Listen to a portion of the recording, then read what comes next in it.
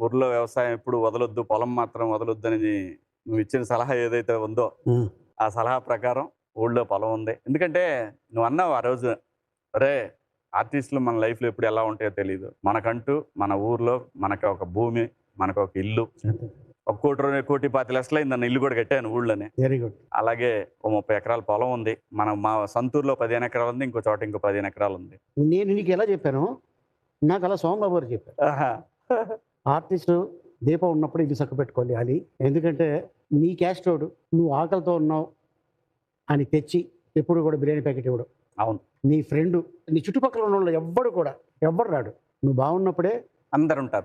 నీ దగ్గర చేరతారు. నీకు ఇబ్బందొస్తే, వస్తే ఎక్కడ అప్పు అడుగుతావు అని చెప్పేసి రారు. కానీ మనకి అడగాలని లోపల కోరిక ఉండకపోవచ్చు. అందుకని ఎప్పుడు కూడా కాస్ట్‌లీ కార్లు కొనుక్కోవటం వద్దు. మేము కొన్నాం. నల్ల బంగారం మీద పెట్టన్నాడాయన.